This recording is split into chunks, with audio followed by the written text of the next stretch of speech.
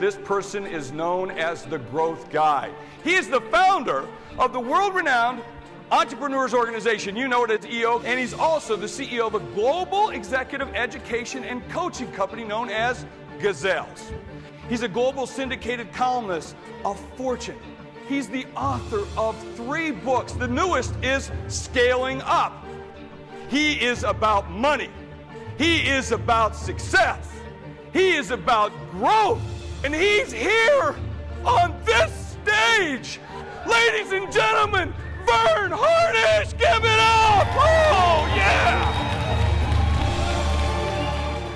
You know, what's interesting, it takes about 25 years in order for a company to really hit its inflection point. You know, he launched in 1976, and by 2001, now 9,600 employees is decent, but it's hardly putting a dent in the universe.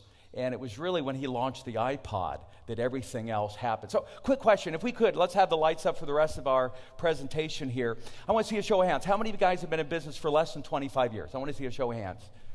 All right, you still have time, all right?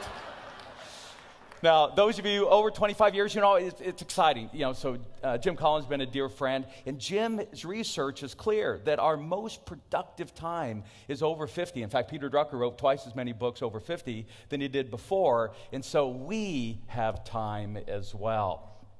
So there's been my passion. For 33 years, just how do we get these companies to scale up? We know that this journey, as you begin to scale up your particular business, can be tough. I mean, it literally feels like at times you're the only one carrying the entire weight up that S-curve. So I want to take our framework and I want to share 5 very practical ideas, 5 decisions that you absolutely have got to get right if you're going to go ahead and scale it up, whatever it is that you plan on doing. And so first, what is the most important question you've got to own? Number 2, what are the 2 words that you absolutely must own in the marketplace? Number 3, how do I decide what I focus on next? And then number 4, what is the ultimate truth if we are going to put that pile of cash together? And then along the way, I want to share some kind of critical routines that I think are helpful. Now, I want to get into this first practical idea, and that is around the question. And in every one of us, we anchor our scaling up people. Would you enthusiastically continue to work with all the people you've got around you? And one of the things that I have learned in the 33 years of being out there in business is that you have to avoid the a-holes, for sure, because they will waste so much of your time along the way. By the way, they said there's no I in team. They found it. It's hidden in the a-hole right there. Sure enough. And one of the things that absolutely I know, I've learned it gets in my way, gets in the way of our clients, is this 3-letter word called ego, E-G-O. Because one of the things in the 21st century that I think we all have to come to grips with is that you are absolutely not smart enough alone to drive up your business. The entire intellectual capital of your team is not sufficient. I remember when we decided we needed to get global. And so we needed to just update our CRM system. I needed something in the cloud that would really work for us around the globe. And so my IT team that we outsourced in India had put together over 5 weeks this unbelievable Excel spreadsheet that listed 24 CRM systems. I didn't even know that many existed. And we're starting to pour through the features and benefits, and they're telling us it's going to take us another 5 weeks. And I realized it was literally screaming in my head Jim's words. And I said, who do I know that knows more about this in a little pinky than I do in our entire being? I said, Jim Cecil. I know Jim up in Seattle, the nurture guru. I know Jeffrey Moore, and I quickly sent off emails to both of them and said, look, guys, you know my business. Here's the spreadsheet I'm staring at blindly. Which should we choose? And independently and within minutes, they both emailed back and suggested the exact same CRM system.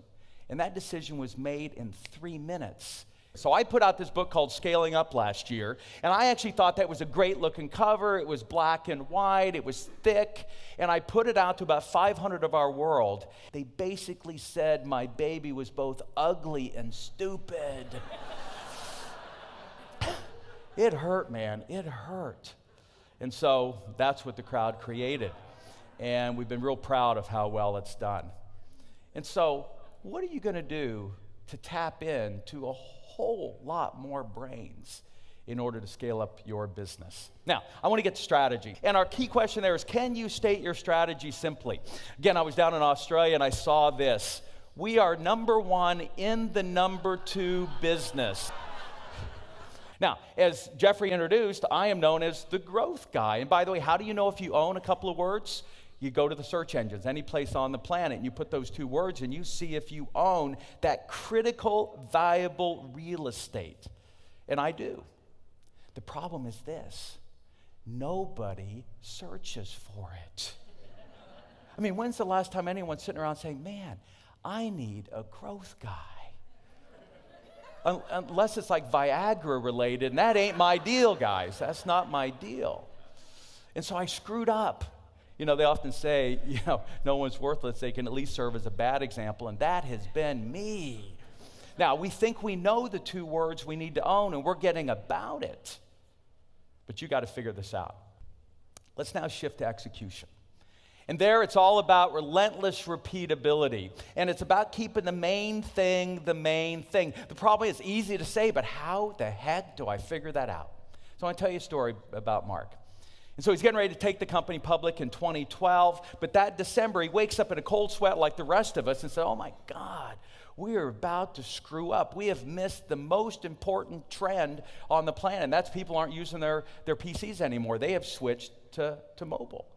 And Facebook and all the competitors had not made the switch. So every quarter, one of their routines, he puts up a big white tent, and all their employees are required to attend. At the time, he had 3,200 employees. He had 2,000 local, 1,200 around the globe. And they're all thinking he's there to announce the fact that we're going to be focused on this pending IPO. By the way, that's a pretty big thing to do, to go public. Yet he hardly mentioned it in passing. What he said to his team was, what I need you to do, I'll handle that distraction. What I need you to do is I need you to laser focus, keep your head down, continue to focus, and deliver and get us mobile. Now, in the meantime, he gets public. $38 within a few months. The stock literally crashes in half. Even as a writer for Fortune, we're sitting there beating him up. Maybe the boy wonder's luster is gone. But he kept focused. And the rest is history. Even Facebook has limited time, limited resources, limited effort, like everyone else sitting here in this audience. And what you have to do is always apply your effort to that constraint. Now, I'm not talking about problems. We are not a company that's about solving problems. We'd rather go after what's working and do more of that. No, this is about the constraint that's out there. And if you don't focus your energy on what's constraining the growth of your speaking business, whatever it is next, you're spinning your wheels. And by the way, often who will help you fix that constraint is the right who, built around owning the two words in the marketplace that will build your brand. When Steve Jobs realized the next constraint was retail, that nobody could retail his products like he could, he said, we got to get in the retail business. Just like he figured out iTunes was the real constraint. He needs to control the distribution of music. And the hardware manufacturer to go that direction and then go to retail was crazy. But it was all driven around a very, very simple decision. Where's the constraint? So then he set up a mock retail store, and for 3 hours every day, dragging his friend Larry Ellison over there on the weekends. In 6 months, when they launched, everybody was just blown away that they'd created the largest, most successful retail store on the planet. It doesn't happen by accident. So how do we convert this all into cash? How are we going to make literally a ton of money legitimately out there, all right? If you want to make a ton of money, here is the ultimate truth. You have to give away 200 pounds. So I want to tell you a story. So I launched Gazelles in 1996 on the eve of the birth of our first son, Cameron. And it was a great ride. We took it from $500,000 to $1 million to $2 million to $4 million, getting ready to go to $8 million. I'm going to be an Inc. 500 company. And then 9/11 hit, and it slapped us silly. And I literally lost $1 million in 8 weeks. We almost lost our home. I had to let all the team go just before Thanksgiving. My only positive was, well, now you at least have the holiday month off. You know, you try to generate whatever positivity you can. I came home to Julie, and I'm telling you, we are in trouble. But I said, look, I trust this universal truth. And we committed to donate over the next 36 months the largest chunk of change I had ever even conceived I would give away. And you know what? It worked. And it was crazy. What I'd actually committed to give away in 2002, I ended up taking to the bottom line 10 times that. But it was ultimately this guy, John Whitehead. And I had a chance to serve on a board for many, many years with John. And at one of the board meetings, I pulled John aside and said, John, what have you learned in life? And he thought about it, and then he said, you know what, to always do a little bit of retail business every day. And he said, let me explain that. He said, you know, as co-chairman of Goldman Sachs, you know, you got the big office and all that stuff, but I always made sure I went down to the trading floor to see if there was somebody, one of our new employees, that could use some help. When I became Deputy Secretary of State, I told my staff that as busy as I was, bring me one person every day who was in trouble, a couple who had lost their passports in Paraguay and just needed somebody in government to pull a string and help them. One of the most important routines, at least for me over the last decade, was to make sure I carve out 30 minutes to 45 minutes every day and go help somebody who's asked for help. And that, because ultimately, it only comes when you give first. And so, let me wrap up here. First, who's the top 25 that's going to help you scale up the business? Number 2, what are those 2 words or a few words, the idea, the space that you can absolutely own? Number 3, then, as you're trying to scale up, it's always focusing your effort where the constraint is. And then the ultimate lesson around cash is, man, you got to give it before it comes. You got to give before you take. Now, we talked about the critical routine of learning, but I want to share just one last one. And this comes from Marshall Goldsmith. And I got to tell you, this has transformed me and my team and our clients more than any other idea I can share with you.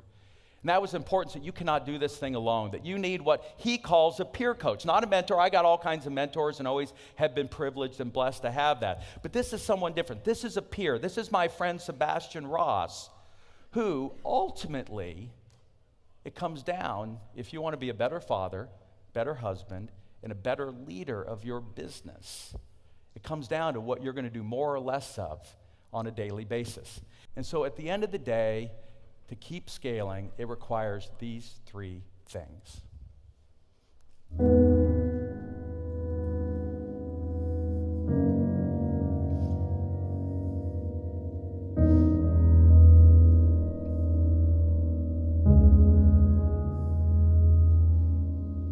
NSA, thank you so much.